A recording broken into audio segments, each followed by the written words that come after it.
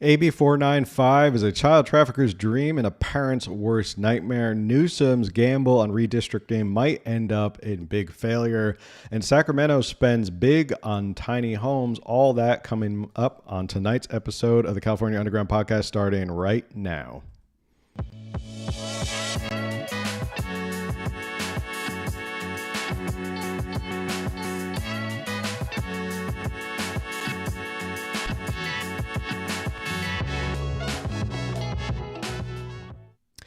What's going on, everybody? Thanks for tuning in to another episode of the California Underground Podcast. I am your host, Phil, the most trusted podcast for all things California politics. We got big stories happening this podcast, some stuff that was happening literally today that I had to keep updating the show notes for. So that's how much stuff was going on. We're going to get into that. And we have several other stories, including AB495, which has been making its way through Sacramento. And I know a lot of parents have been reaching out to me about AB495, and we want to talk about that, as well as tiny homes in Sacramento for the homeless, and of course the redistricting battle that's going on. But first, before we get started, if you haven't already, make sure you hit that subscribe button, like button, share button. All that stuff helps us with the algorithm and helps us get found and help support the show. So let's get started with our first story. AB495 is a child trafficker's dream and a parent's worst nightmare. A bill that would literally make it easy for non-relatives to legally end up kidnapping your child. Now, this is a bill that has been making its way through Sacramento. We're going to break it down. There is Celeste Rodriguez is the assemblywoman who introduced this bill. I want to get into a clip right now of her rationale as to why she thinks this bill is necessary. At the very least, 1 million kids in our state have at least one undocumented parent, and over 100,000 children in our schools are undocumented themselves. Just last month, a mother of 3 was detained by ICE at her own immigration court hearing. Instead of receiving an update on her case, she was handcuffed and deported to Mexico. Her oldest daughter was left to care for her 2 younger siblings. In that case, a relative stepped in, but too many families are not that fortunate. Often, when a parent is taken without warning, children are left completely alone, vulnerable, and unprotected. That's why we must act swiftly and empower mixed status and undocumented households to prepare for the unthinkable that unfortunately has become all too real for many in our communities. AB495 takes a comprehensive approach to encourage family safety plans, strengthens legal tools to prepare in case of family separation, and establishes protections of immigration information at child care facilities. Because we know the possible separation weighs heavily on many families in California, this bill updates the caregiver authorization affidavit to ensure it is more widely accepted for school enrollment and medical care, and allows it to be used by non-relative extended family members such as close family friends or godparents. We find that so often children of immigrants are left to enter the welfare system.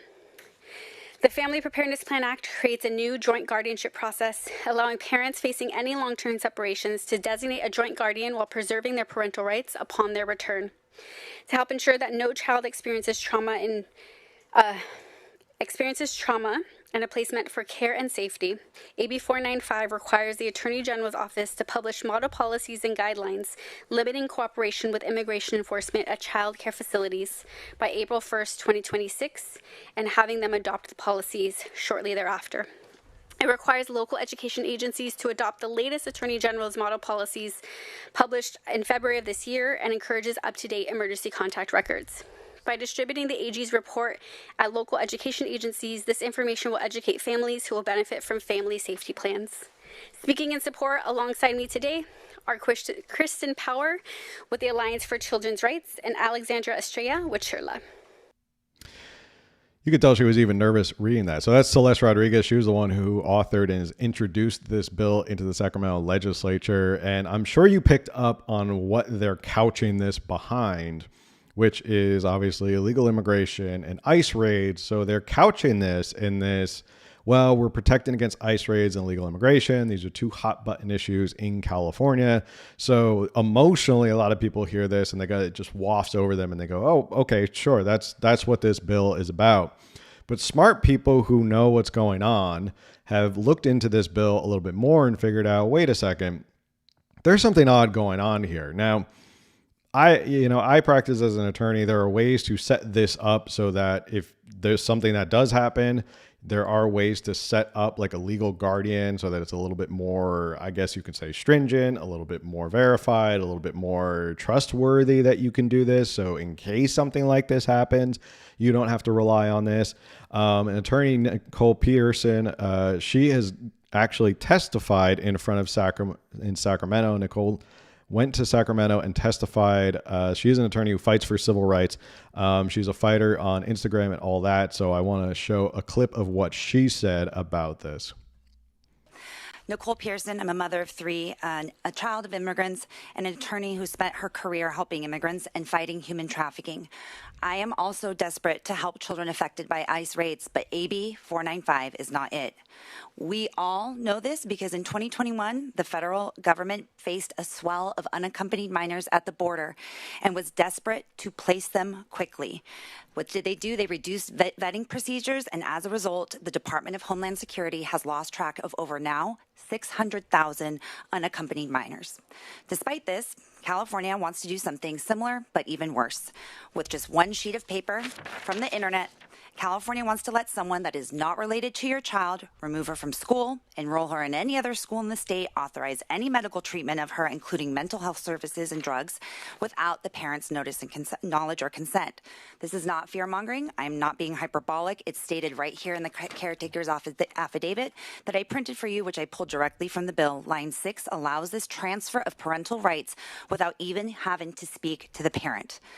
The author claims AB 495 is about giving immigrant families the agency to choose the safety plan that works, that preserves family unity. Where is the parental designation? Their signature at the bottom here is not required. She's co-opting a term, non-relative family member, from the foster care and dependency probate systems, but without any of the procedural guardrails. No background checks, no interviews, no home visits, no fingerprinting, parental involvement, or civil, criminal, or professional liability if the child is harmed. Just 100% blanket protection for any adult seeking to abuse any vulnerable child, because this does not limit it to immigrant children. This applies to every single child in the state. Our children deserve to be protected through proper legal channels that currently exist, that have safeguards, and not just shortcuts that enable exploitation. We appreciate the author's intentions, but these unintended consequences are terrifying and they're unavoidable. We have systems and agencies in place that track and ensure children are safe and returned to their parents while respecting parental rights. We can and must support immigrant families with solutions that don't gamble children's lives. Please vote no on AB 495. I remain committed and offer my services to the Assemblywoman, free of charge, to help find solutions that work and actually achieve her goals. Thank you. Thank you very much. Anyone? So that was attorney Nicole Pearson going on about AB 495 and why there aren't the safeguards that need to be in this bill to prevent what is essentially adults filling out this affidavit, non-relatives, and then just going in and saying, oh, here I am. I have legal guardianship over these children. This right here is a copy of the caregiver's authorization affidavit that you can see. It's not a lot. There's really just a couple of things that you say. I declare under penalty of perjury. Anybody can sign that. I don't think they really worry about the declare under penalty of perjury if your goal is to do, child traffic or kidnap or anything like that. So this is it. This is really the legal protections that they're talking about. And she brings up a great point, which is if you want to make this for immigrant children, and that's really the whole point of your bill, there probably is a better way to do this and better write this up, which is why I think Nicole is saying to her, look, I'm going to offer my services free just so that we can make sure parental rights are actually protected in this instance. But that's literally it. What's up on the screen, that's the caregiver's authorization affidavit. You can see it's really not that much. I'm sure you fill out actually more to get a driver's license. I'm sure there's bigger forms you fill out to do a lot of things in California. But when it comes to being a caregiver and getting this authorization to be a caregiver of a child in California, that's all you really need is this one form. I want to now refer to our own website a blog that was written by our own Camille.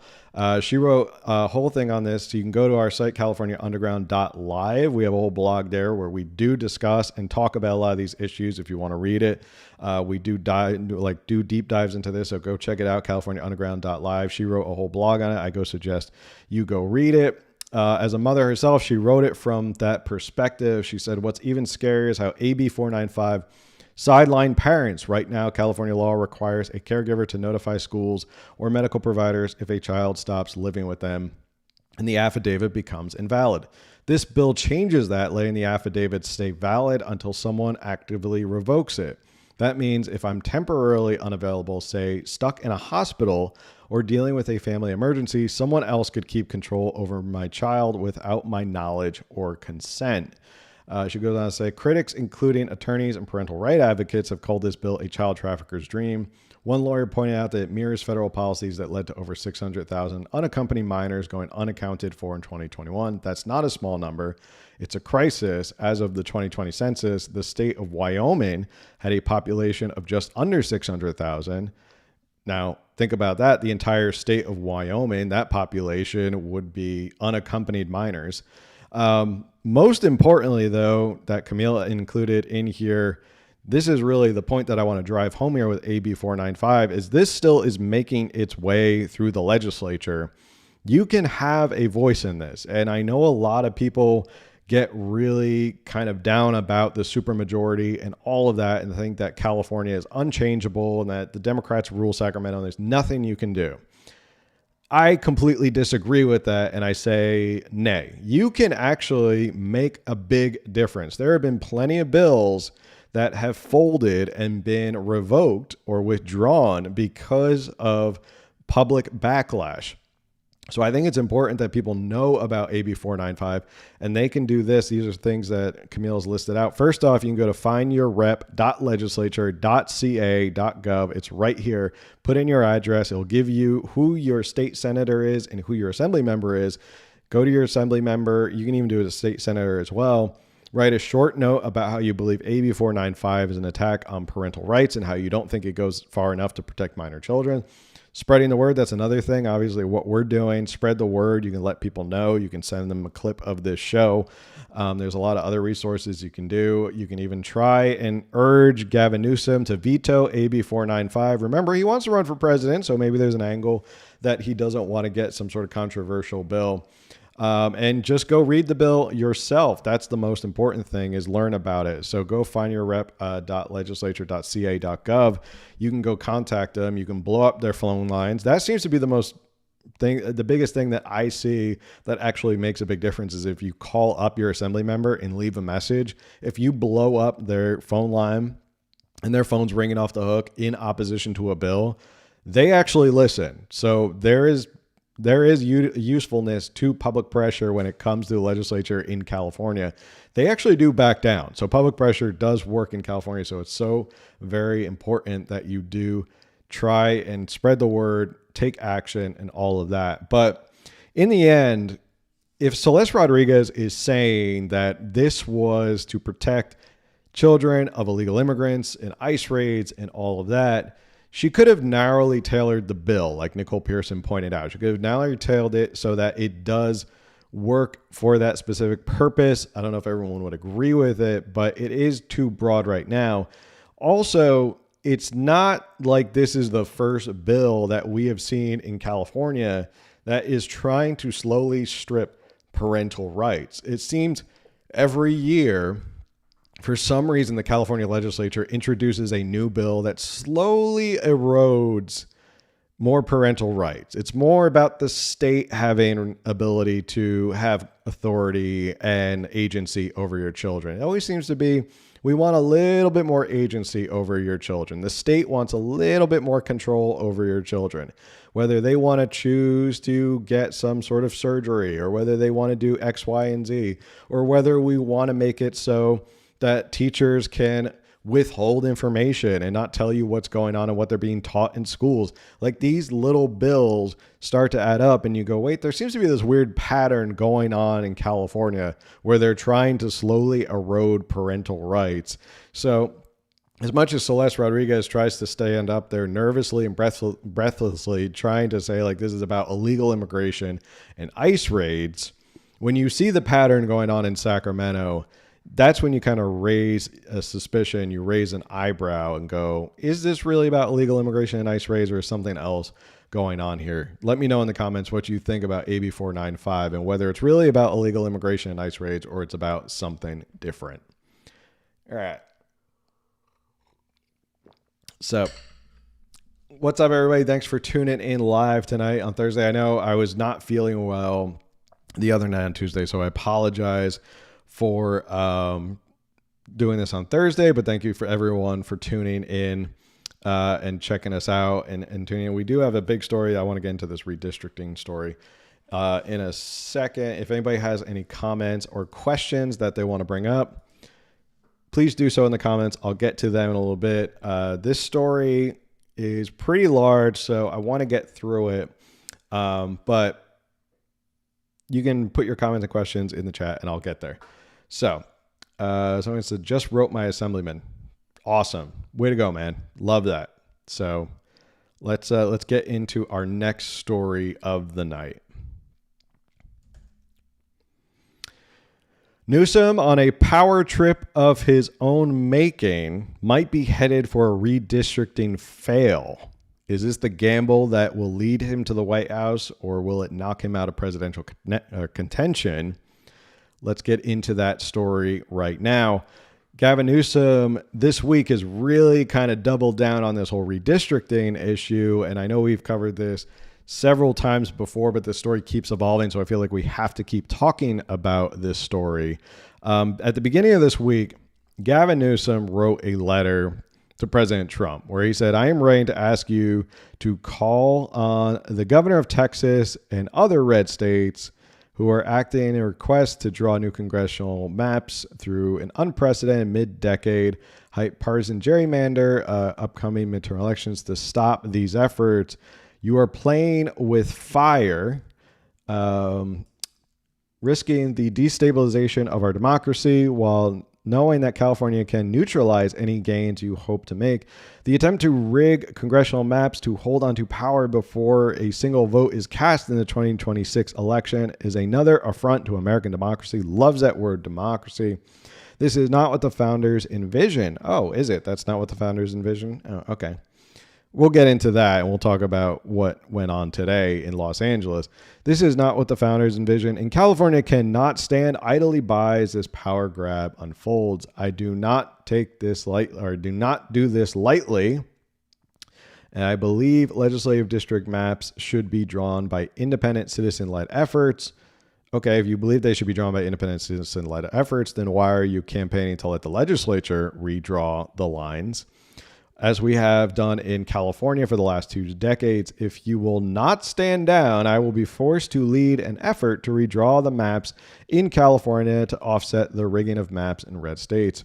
But if the states call off the redistricting efforts, we will happily do the same, and American democracy will be all the better for it.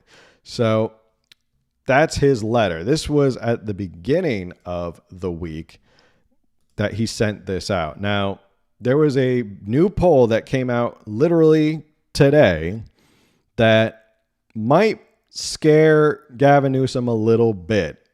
And if I were in the Gavin Newsom camp, I'd be a little worried about this poll that came out today and whether or not this is a gamble that he wants to take right now. So this is from Politico. It says, poll California voters back independent congressional maps complicating Gavin Newsom's redistricting push. By nearly a 2-to-1 margin, voters prefer keeping an independent line drawing panel to determine the state's House seats. The latest Politico Citron Center Possibility Lap survey found just 36% of respondents back returning congressional redistricting authority to state lawmakers. Quote, it's not surprising in the sense that California has voted twice for this independent review commission not all that long ago, said Jack Citron, a veteran political science professor at UC Berkeley and a partner on the poll. And there's a lot of mistrust and cynicism about politicians and the legislature that's reflected here as well, end quote. Newsom, who kicks off the campaign in earnest on Thursday, which is today, has cast himself as both reluctant and eager to engage in an escalating redistricting war. Independent voters, who were the most enthusiastic backers of the panel, was 72% in favor of the commission keeping its line-drawing authority. Supported by Republicans and Democrats was roughly equal, 66% and 61% respectively, marking a rare spot of bipartisan agreement in the hyper-polarized political moment.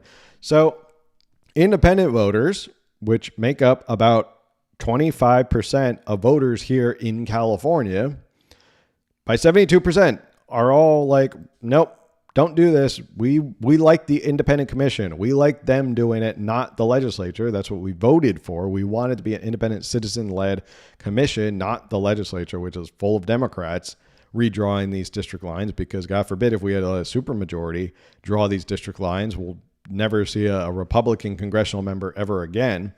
And even amongst Republicans and Democrats, 66% and 61%, both actually back. So the majority of Democrats and Republicans back the independent commission. So even amongst his own party, the majority of voters are saying, no, we like the independent commission. We don't want it to go back to the legislature.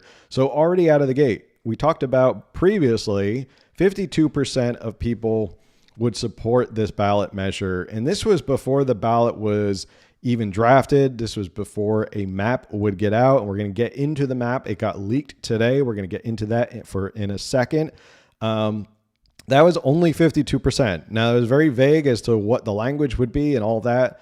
Not really roaring support, I would say 52%. But this poll shows 64% of Californians are against it, 2-to-1 margin. 72% of independents are against it. And then you have Democrats and Republicans who are also against this. So it's not looking very popular right out the gate. And then this all came out on the same day that there was this huge press conference. And I put press conference in huge air quotes because Gavin Newsom said this was going to be a press conference to talk about redistricting.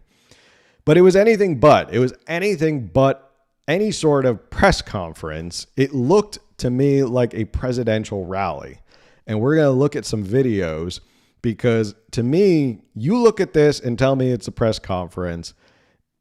I don't think it's a press conference. You look at the videos that we're going to show right now.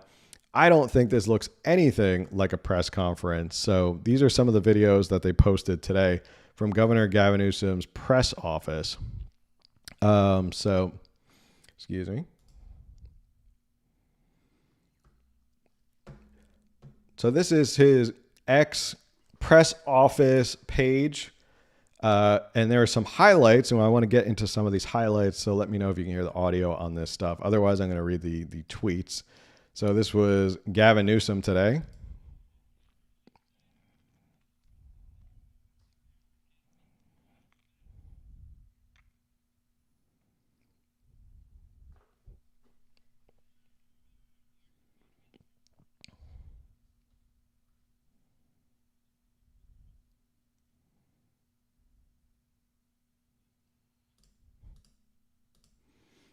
Don't mess with the great Golden State. Otherwise, we'll throw this temper tantrum. Look at this right here and tell me, does this look like a press conference to you? You have political campaign signs. You have people standing behind him. You have a little podium with a campaign slogan on it. This is a press conference. This is a press conference put on by the press office of Gavin Newsom. How does this get put on? You guessed it. Our taxpayer dollars are supporting this quote unquote press conference. That's what this is. This was supposed to be a press conference of the governor announcing what he is going to do. And instead, it looks a hell of a lot like a presidential rally. And we all know he's getting ready for a presidential rally. This is his new thing that they're doing right now is they're imitating Donald Trump. So they're doing the whole all caps thing and they're trying to talk like Trump. That's the press office. It says Donald is finished. He's no longer hot. First the hands so tiny. And now me, Gavin C. Newsom, have taken away his step. his step. I'm not sure what that means. Many are saying he can't even do the big stairs on Air Force One anymore, uses the little baby stairs now. Sad. Tomorrow he's got his meeting with Putin in Russia. Nobody cares. I would disagree. I think a lot of people care what's going on with Trump and Putin up there in Alaska. I think a lot of people are looking at that because it has geopolitical consequences. All the television cameras are on me, America's favorite governor. Not favorite governor. Even low ratings Laura Ingraham edits the tapes. Can't stop talking about my beautiful maps. You're welcome for Liberation Day, America. Donnie J missed the deadline. Whoops. And now I run the show. Thank you for your attention to this matter. GCN. So this is his press conference as if Donald Trump or Gavin Newsom is talking like Donald Trump. I don't know who had this idea that why don't you have Gavin Newsom talk like Donald Trump? He's turning into Donald Trump.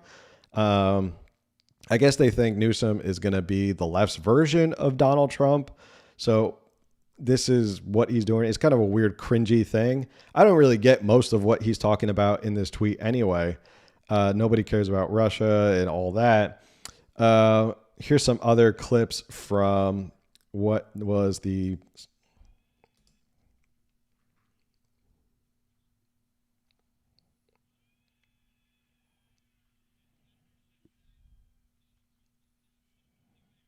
All right, we already saw that one. Let's look at some more of his... I want to see some more of his clips. Not him necessarily. There's a lot more clips of other people. So this is Adam Shifty Schiff.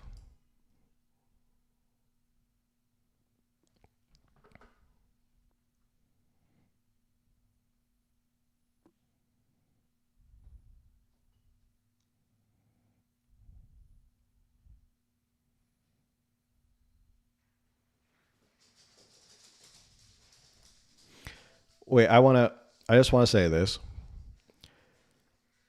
His argument is that he thinks that doing this would make the voices of those voters count less. So his contrast or his counter to that is, I got it. If they're going to make their votes less in Texas, I got it. We'll make votes less here in California. We'll make people disenfranchised here. That's the solution. We'll disenfranchise more voters here in California to combat what they're doing in Texas, because that makes sense to uphold democracy, as they like to say.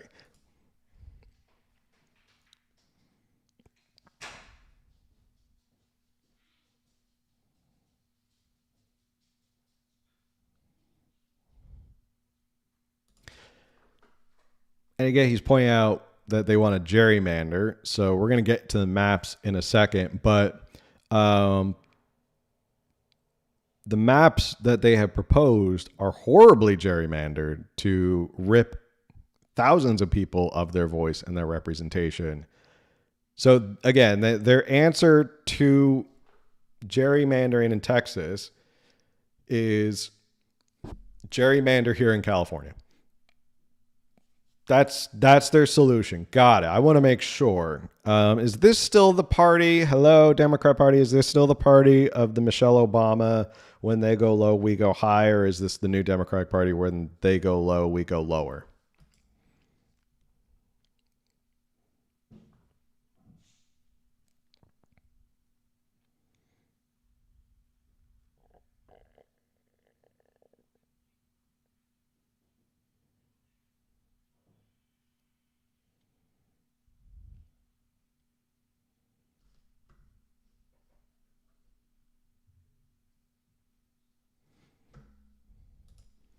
Someone's saying there is no audio on the clips. Oh, that's depressing.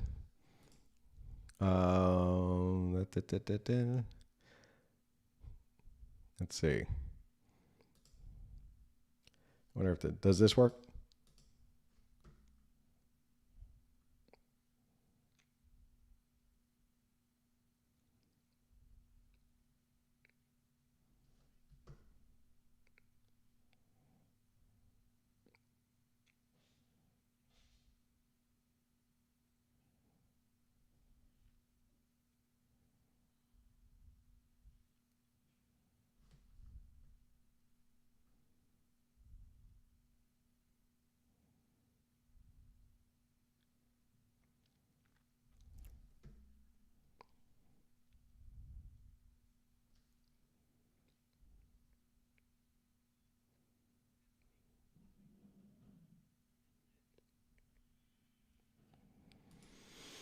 All right. Is that better?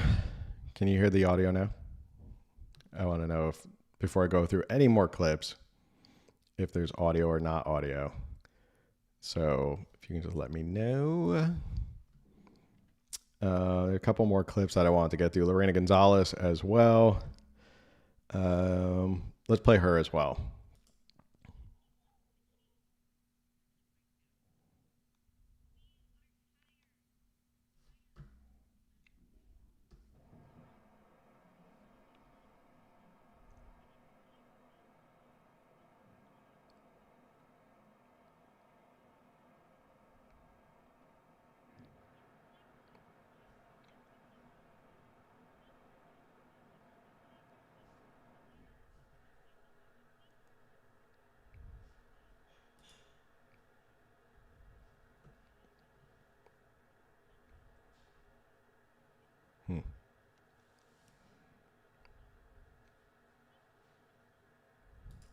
All right, that's disappointing that there's no audio on these clips because these are really funny clips to be watching. And I don't know why it's not working, so I'll have to figure that out. But Lorena Gonzalez is another one. So let's go back. I want to talk about Adam Schiff. Is basically one of his things that he said was that they're going to disenfranchise those in Texas.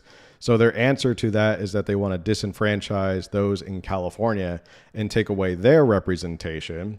Lorena Gonzalez, if you know anything about Lorena Gonzalez, she's the president of what union group, basically the head of California labor. Unions control everything in California. We know that for sure. And her being there is just another example of the unions taking over and taking control of this because they back this. And then you have SEIU, this member right here, ready to fight back, and we're choosing to act. So he even got involved as well. So basically you have all these people who showed up, and I really want to kind of hammer home the fact that there is no way that this is a maybe if you clicked and opened the clip, the sound will play. It's playing. That's the thing. It's playing. What do you say?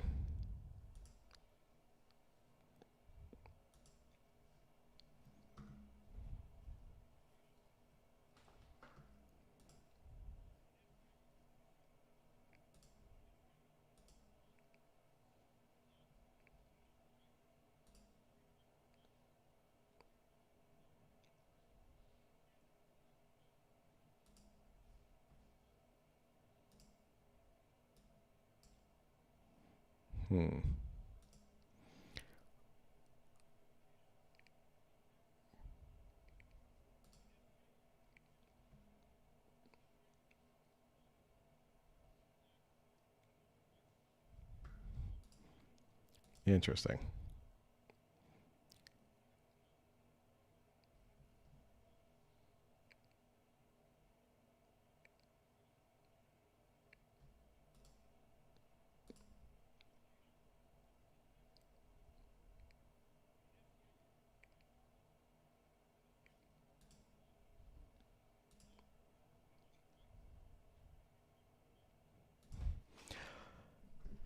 I don't know if that worked, but if it did, we can go back and watch all those videos again. So, all right.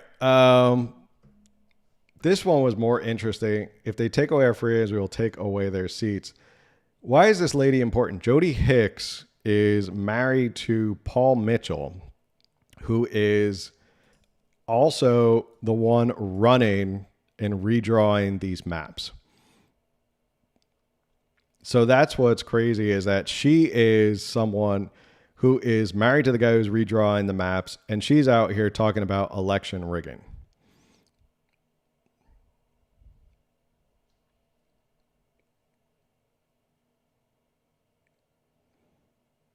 Still no audio. And then the last one was this lady, our founding fathers are rolling in a grave as Trump shreds democracy. She was a member of the Independent Redistricting Commission, and she's here at a event for Gavin Newsom. Let me know if you can hear audio.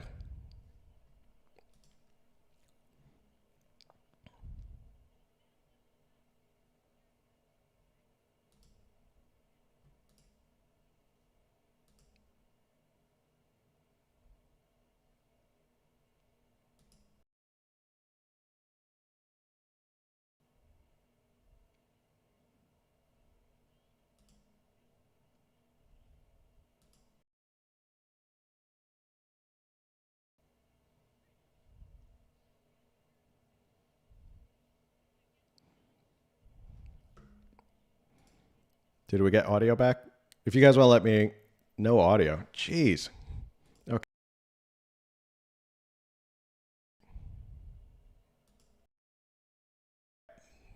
That's disappointing.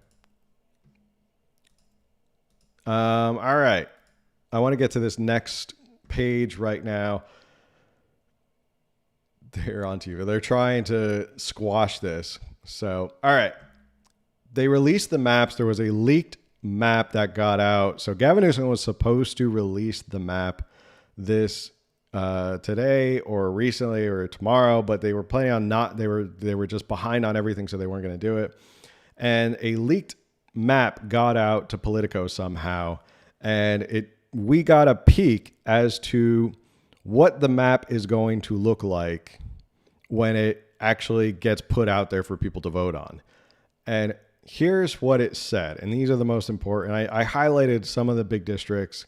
This is how I know this isn't really going to be a fair redistricting. This isn't going to be, obviously, this is completely ideological. They're obviously going after Republican seats. They want to eliminate as many Republican seats as they possibly can. Again, their whole argument is, well, they're disenfranchising voters in Texas. So ergo, we're going to have to disenfranchise voters in California. I don't understand how that really works. Congressional District 3, a sprawling district along California's eastern border, represented by Kevin Kiley, would go from safe Republican to safe Democratic. Congressional District 27, a northern Los Angeles County seat held by Democratic Rep. George Whitesides, moves from lean Democrat to safe Democrat. California District 45, which used to be Michelle Steele, which was in Orange County, and it was a Republican district, which was then taken over by Democratic Representative Derek Tran. He won last year, goes from lean Democratic to safe Democratic. So what was a kind of swing or flip district now is safe Democratic. In Congressional District 48, which spans Riverside and San Diego counties, which is held by Darrell Issa, who's been in Congress for a long time, changes from safe Republican to lean Democratic. And that's all you really need to know is some of these districts that were safe Republican are now all of a sudden going to go strong Democrat. This is what they're proposing, is that they're going to change a lot of these strong Democrat kind of district strongholds are now going to switch into strong Democrat. It's almost like they had this plan and they see this as an absolute power grab where they can change a lot of these districts that have been giving them problems in Congress to now all of a sudden strong Democrats. And this to them is not disenfranchising the voters. That's crazy to me that this is not disenfranchising voters in their mind. They don't think taking the voice away of thousands of people in those districts who have duly elected these representatives like Kevin Kiley and Darrell Issa to represent them. Now, all of a sudden, they're not going to get a vote. They're not going to get it because it's going to lean Democrat, or Kevin Kiley's seat is now going to be from safe Republican to safe Democrat. This is absolutely disenfranchising those people in those districts. And I find it absolutely hilarious that their whole argument at this press conference, again, a press conference that looked like a presidential rally that was paid for with our tax dollars, is somehow saving democracy by killing democracy. Like, let's take democracy out back and shoot it in the head because we want to get back at Trump. That's all this is.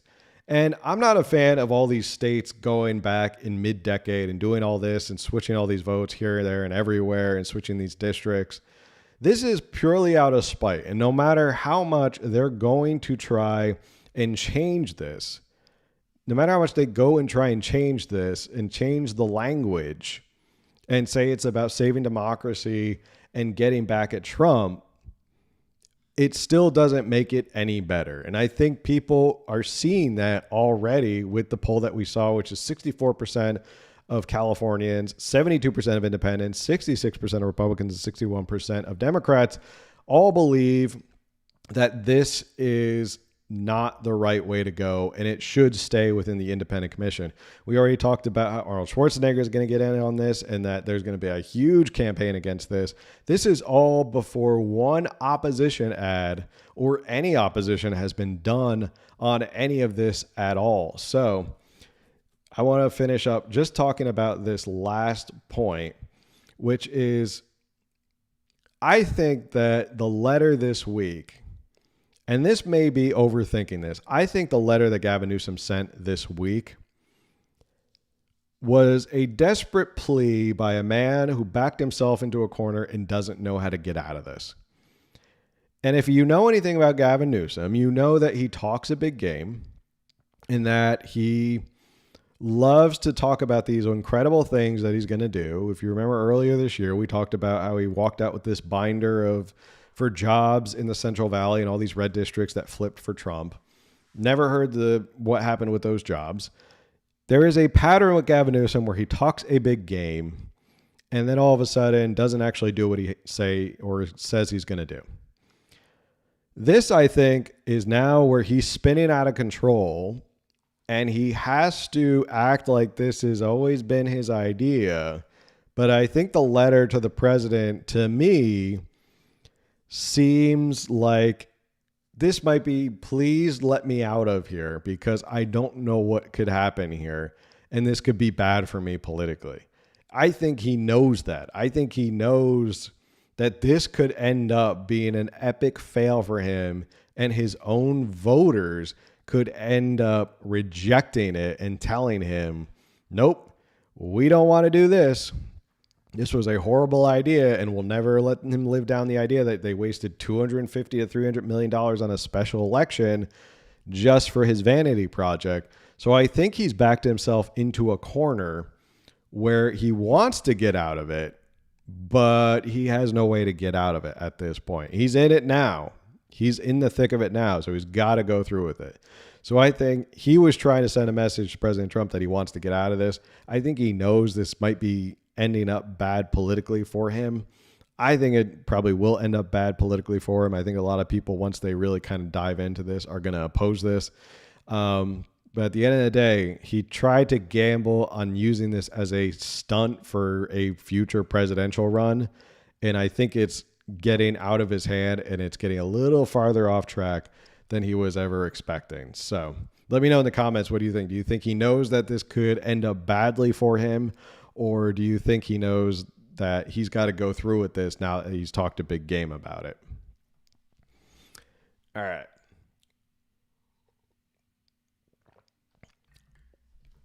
Sorry about the audio, guys. I thought I'd checked that. It was really kind of funny that I had this all set up and I thought that I was going to get the audio for you guys.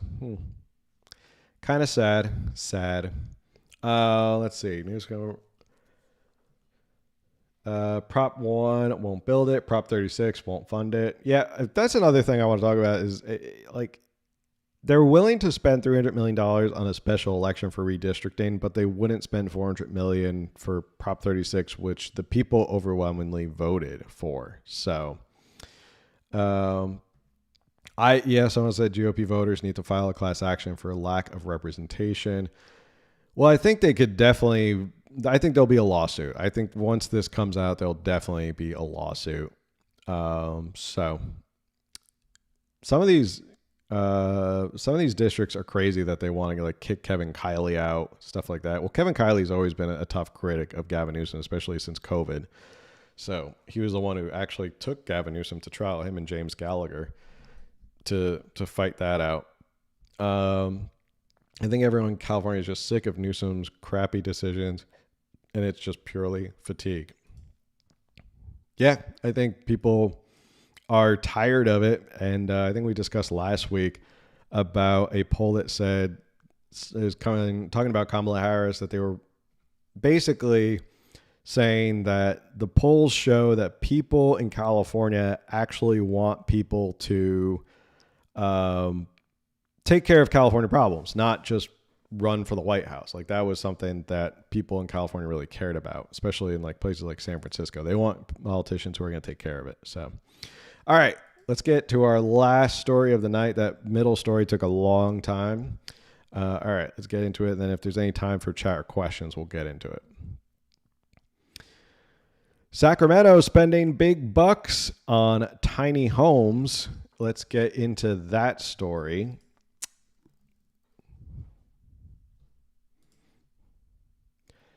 This is coming from the California Globe. Sacramento spending another $12 million on tiny homes for homeless. On top of billions more, the City of Sacramento Department of Community Response received a $12.35 million Encampment Resolution Funds grant from the California Department of Housing and Community Development in October 2024, 10 months ago, to purchase and construct additional tiny homes for homeless vagrants. That's $12,035,000 million to spend on housing a small number of Sacramento's mentally ill homeless drug addicts. So there's a couple of nonprofits that are getting a lot of this funding. The Gathering In and First Steps community, and California Globe did a great job breaking down all of this. So this first one is, this first one is from the Gathering In, and it looks like they received $6.2 million in government grants, $250,000 in fundraising, and $1.9, almost $2 million in other contributions, gifts, and grants. So they made a majority of their funding from government grants, only $250,000 in fundraising. The total of the officer salaries is $690,000, $33,000 in other benefits. There's a lot of other expenses as well, $4.7 in salaries and wages, and $399,000 in other employee benefits. So doing pretty well, the Gathering In. They're spending a lot of money and a lot of government grants. First Steps community was only created in 2016 as a housing first model as a top priority. And I'm going to talk about housing first in a little bit. It was first pushed by the Obama administration rather than prioritizing mental health and drug treatment and life skills. First Step communities filing under First Step Housing received $6.8 million in government grants out of $7 million total revenue for the 2023 IRS Form 990.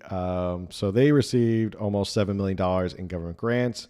So again, most of their revenue came from government grants. Since 2016, First Step Communities has accumulated $20 million in grants and contributions. That is a ton of money. And this is just Sacramento, right? This is just Sacramento. We're not talking about like California as a whole, which has spent, $20-30 billion of our taxpayer dollars. This is Sacramento alone, $20 million just for these nonprofits. Notably, the First Step Community Organization, along with other catalysts of this work, such as Sacramento Steps Forward and Sacramento Continuum of Care, are in agreement with HUD's direction towards housing first as the priority model.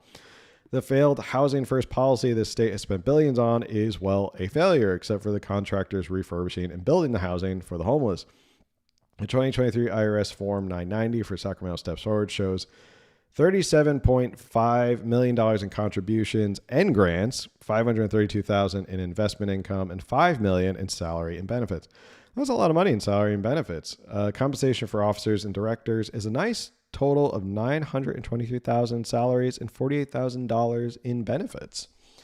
Again, this is just Sacramento. And if you always wonder, why is homelessness in California so out of control? Why are we not spending all the money on the right places? Why is this such a cluster? I want to point you to Hafsa Kaka. That's her name, Hafsa Kaka. She is the senior advisor to Gavin Newsom, and she is the senior advisor on homelessness. And this is an older clip, but a press conference that is notable nonetheless. If you want to know why homelessness in California is such a disaster, I'm just going to let you watch this clip. We have been moving at an unprecedented rate. At a Sacramento homelessness update, Governor Newsom's administration refusing to acknowledge the delay to 1,200 tiny homes it promised to deliver statewide. Newsom announced the original effort this past spring, saying 350 of them would be provided to Sacramento by this fall. I get it. You want to see progress, and you want to see it now. But the tiny homes are not ready, and with still no contract signed or builder secured, Newsom's senior advisor on homelessness could not say when they would be. I came from the locals, right? So when it comes to projects like this, it's just not overnight. You have a whole process that you go through. And what we're doing is we're aiming to streamline the process so that we could quickly and expeditiously get projects going, but also make it safe and right and quality. People deserve dignity in the space that they're in. So that is the answer. Thank you. So, but on that note then, I mean, if the governor didn't say the tiny homes were coming overnight. Can we just, I want to go back 10 seconds. I just want to go back 10 seconds real quick. And I just want I want you to look at her face when she comes out, she gives this little spiel, and I want you to look at her face. Have a whole process that you go through, and what we're doing is we're aiming to streamline the process so that we could quickly and expeditiously get projects going, but also make it safe and right and quality. People deserve dignity in the space that they're in. So that is the answer. Thank you. She said thank you so fast, as if like, oh, that's it, I'm good, I said my thing, okay, good, thank you, good. And then this is what happens next. I mean, if the governor didn't say the tiny homes were coming overnight. Look at that face. She's shooting darts through the reporter. Like, I'm sorry, you had a follow-up question? I thought I nailed that. That answer wasn't good enough for you? And her look of condescending look at the reporter of like, how dare you ask a question? Are you kidding me? Like, I gave an incredible answer. You shouldn't have to ask me any questions about that. The way her head bobbed and then she gave this stare. That's a look. That's a look of like, you don't get to question me. Said they were coming this fall or by this fall, and now it's mid 2024 in October. I mean, yeah, I mean, what's the holdup, I guess, then? So I actually went ahead and explained that already. There was actually progress being made. There's no holdup. We've been continuing the momentum. I actually explained that already. Okay, like if you were paying attention, I already explained that. Like if you were paying attention, you didn't really answer the question. You gave political gobbledygook, and you expected everyone to like stand up and applaud and go, "Up, that's a great answer. That's exactly what we were looking for." All these tiny homes in Sacramento. I guess the fact that it took so long and tens of millions of dollars were spent on them, and these nonprofits are making a ton of money. Yeah, whatever. I guess that's a good enough answer. Mentioned that we went ahead and we passed legislation to make it more flexible, to streamline. That's not a holdup, that's progress. We also went ahead and created a procurement process, which essentially makes locals it easier to help get this going. Again, that's not a holdup, that's progress. And later this month, we anticipate finalizing a contract for the state and making locals the purchase easier. So again, that's not holdup, that's progress. Facing a barrage of questions at the future site of a That's not hold up. The fact that we're only like, 12 months behind, and this was last year, 12 months behind on this project, and the state is giving, as you can see, lots of money to a lot of these nonprofits who are supposed to be building little tiny homes. And people are going, what's going on here? And she goes, we've streamlined. That's progress.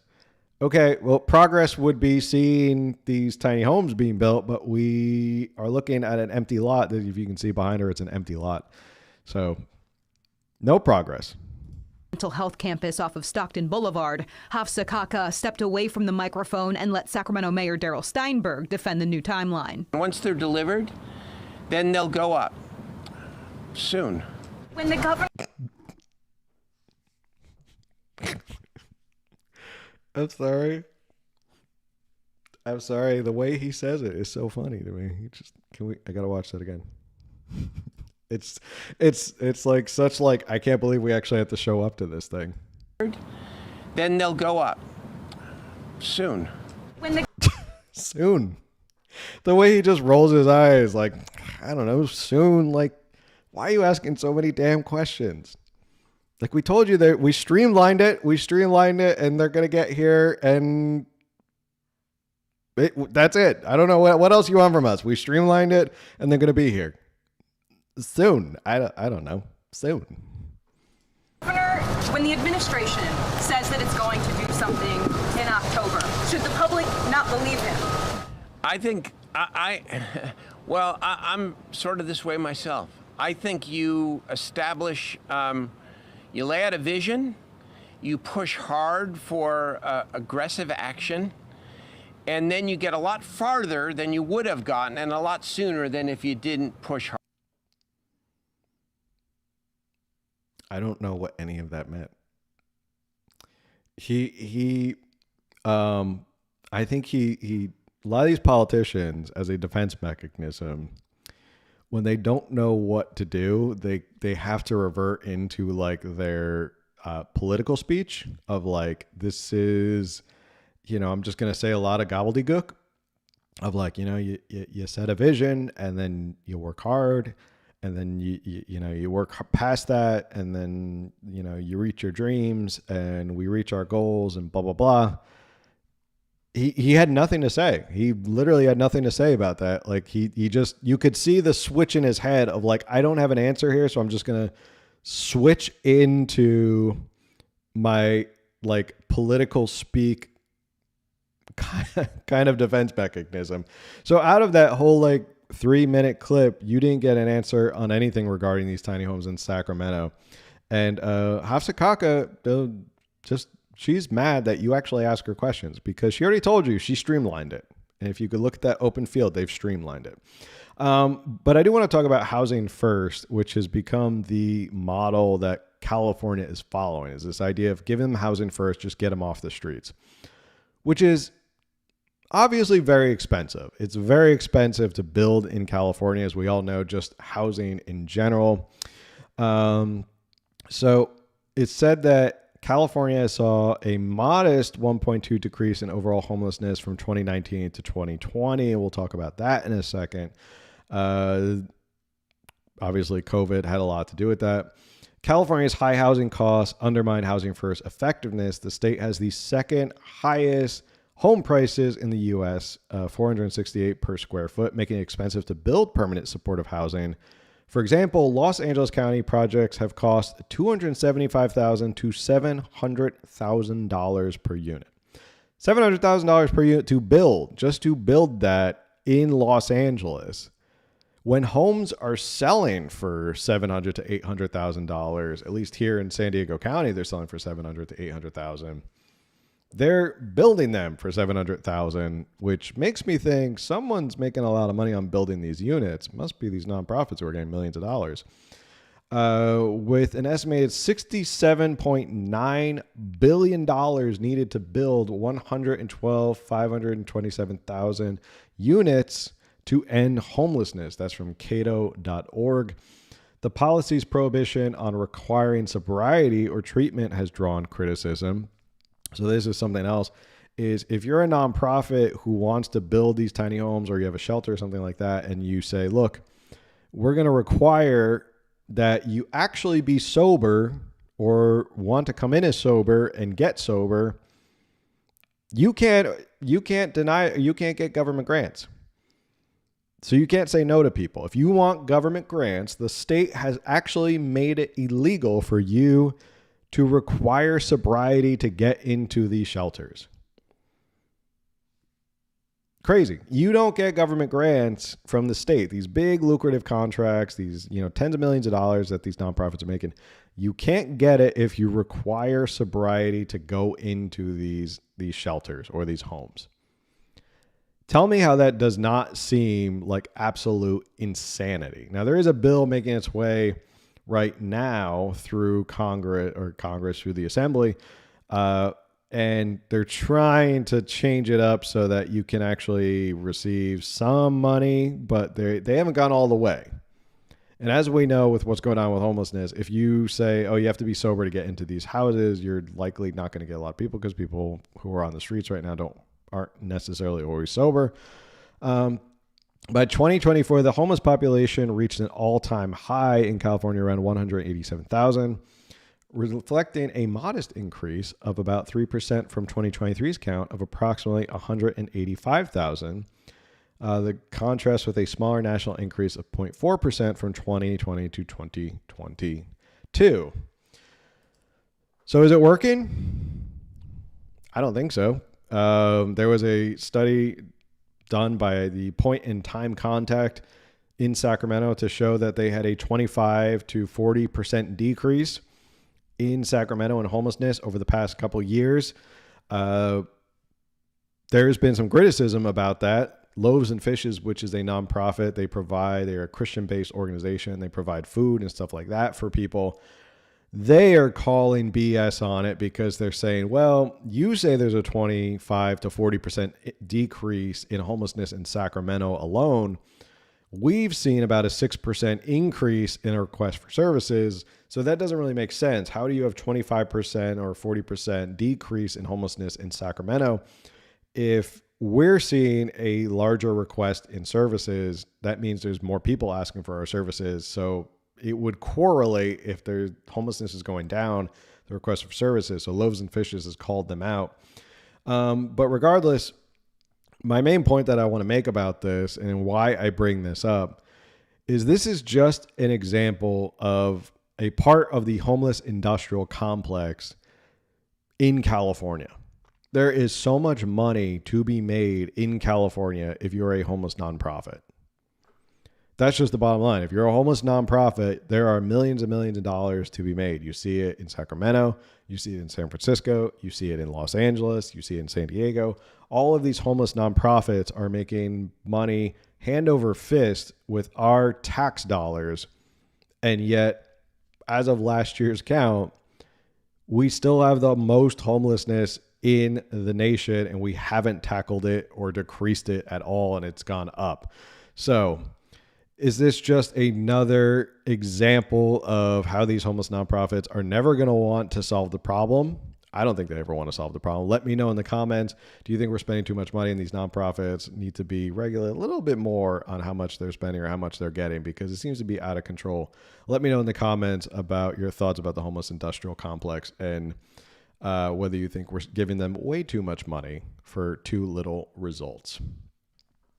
All right. Got a couple minutes. We went a couple minutes over. Want to see if there's any question. They answered. We have progress and streamlined. Yep. What in the Kamala Harris word salad was that? Yeah, it was bad. I had posted that video last year, and it was one of those videos that just like went viral. It was just so funny. She had such an attitude that like she had to be asked questions that like, oh, I didn't expect people to actually ask me any of these questions. So let's see. Any more questions? Thank you everyone for hanging out with us again on Thursday night. I know it's a different night. Be going back to Tuesday. Next week, we'll be joined by a very special guest next week. Well, I shouldn't say special guest. Old friend of the show. Just a little tease for you guys. Yeah, drug test for all active politicians. Why not? Let's see what they're up to as well.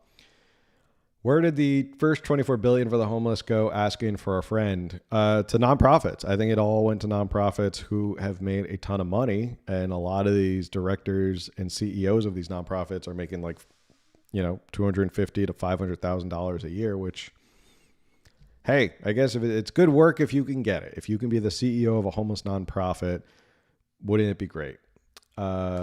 State leaders need the homeless crisis so funding can continue to nonprofits and then kicked back to them. Yeah, it's a funnel. It's kind of like the unions. The unions and the homeless nonprofits are probably two of the biggest funnels of democratic policies here in California. It's basically they give to the unions get more people involved, and then the unions end up turning around and kicking money back to the Democrats and lobbying the Democrats in Sacramento, and then they end up passing programs that then enrich unions, and then it goes back and around and around and around. Same thing with homelessness, where they give government grants out and they make a ton of money, and then the money keeps getting funneled back in. So, yeah. The homeless problem in Sacramento is not down. They're moving further into the county out of the city jurisdiction, in which they're not being counted the same as they were. Yeah, it's a great point, Brett, that you brought up. And that's something that Loaves and Fishes, that charity, brought up, is they were just moving a lot of the homeless out of the city so that the numbers went down. So it looked like the numbers went down. And in reality, because they weren't technically in the city, point in time contact, they could show that it was 45% decrease. Dude, a tiny home would cost $700,000 on the Central Coast. Yeah, I think that's crazy that they're charging to build a unit for the homeless for $700,000. Wasn't the point of the home, like these little tiny homes, was that they could get these done relatively quickly? Like, I don't know. Maybe I'm crazy, but I look at these tiny homes and I think to myself, yeah, this can't be more than $100,000, right? There's a question: can a federal judge or some court intervene in the redistricting effort, considering the voters already voted on it in 2008? That's a good question, because this is a question that's probably going to come up in all of this. Is I think they're going to sue. I think that it's going to be in state court, because keep in mind that the Constitution, and maybe this is a federal question because this is a constitutional question, the Constitution gives the power to the states to control their elections, even federal elections. So presidential and congressional and senator are all controlled by the states.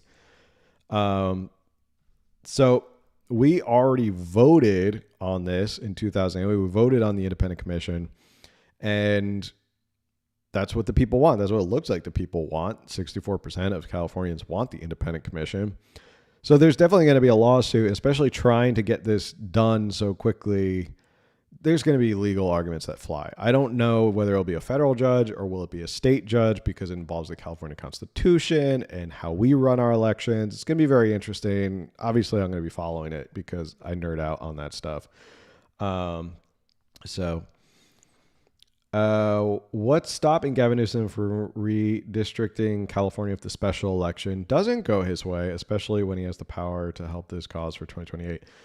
Well, first off, the Constitution, the California Constitution prevents him. So basically the ballot as is for the special election, the question is, if the voters give the power to temporarily give power back to the legislature until 2030, when it would go back to the independent commission, then the independent commission can then go and draw the new congressional districts.